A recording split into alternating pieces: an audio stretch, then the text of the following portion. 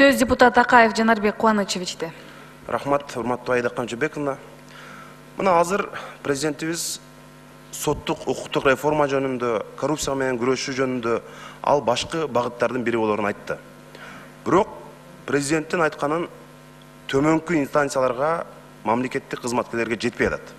Коррупция кадимкидей уланып, гүлдөп атат. Мына маркум кесиптешибиз журналист Улан Эгизбаев көрүстөндөрдү сатуу боюнча маселени көтөрүп чыккан. Эми азыр Кыргызстанда ушу Бишкектин четинде, Бишкекте көр сатылбайт десең, бир дагы кыргыз ишенбейт да. Өкмөттө иштеген, мына өз өкмөттө иштеп аткан, министрликте иштегендер өздөрү жакындары көз жумганда барып көр сатып алып атпайбы, мүрзө сатып алып атпайбы ошоктон. Өздөрү сатып алып атат. Ошонун баары мына жакында Лен райондук сотунун судьялары ошол Улан Эгизбаевка инчерүү берип, көр сатылып атат деп айтып чыккан адамдарды, даттангандарды күнөөлүү деп таап, айыппулга жыгып коюптур. Силер эми ошону туура эмес маалымат бергенсиңер, Кыргызстанда Бишкекте көр сатылбайт, силер жалган сүйлөпсүңөр деп туруп, сот аны айыптуу деп таап, анын үстүнө, өлгөндүн үстүнө көмгөн кылып, акчалай айып салып коюптур. 20 000 сом төлөп бересиң деп. Эми ушундан кийин Кыргызстанда коррупция болуп атат, уурлук болуп атат деп бирөө жарым айтып чыгабы? Тескерисинче, ошо ержүрөктүк кылып, тармактагы коррупцияны айтып чыккан адамдарга биз урмат, сый мамиле кылып, сен ушундай чоң былык иштердин бетин ачканга жардам бердиң, ачык айтып чыктың деп туруп, аларга биз сыйлык беришибиз керек да. Аларды кыргыз коомуна үлгү катары көрсөтүшүбүз керек.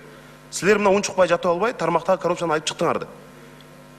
Бул канчалык сенсациялуу телепрограмма болгон. Элдин баарынан сурап чыккан азыр мына Кыргызстанда.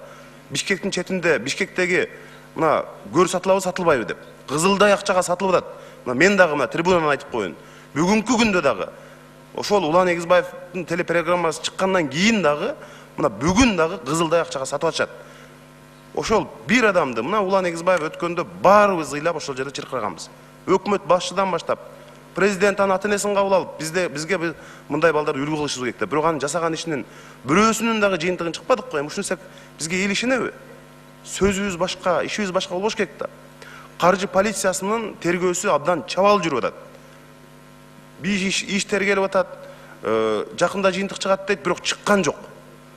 Эми ошол Улан сыяктуу балдардын жасаган эмгегин биз жалпы өспүрүм муунга, коррупция менен күрөшөм деген адамдарга, адилеттүү болумга умтулган адамдарга үлгү кылып көрсөтүшүбүз керек да. Тескерисинче алардын алып чыккан маселесинен жыйынтык чыгарбай атабыз.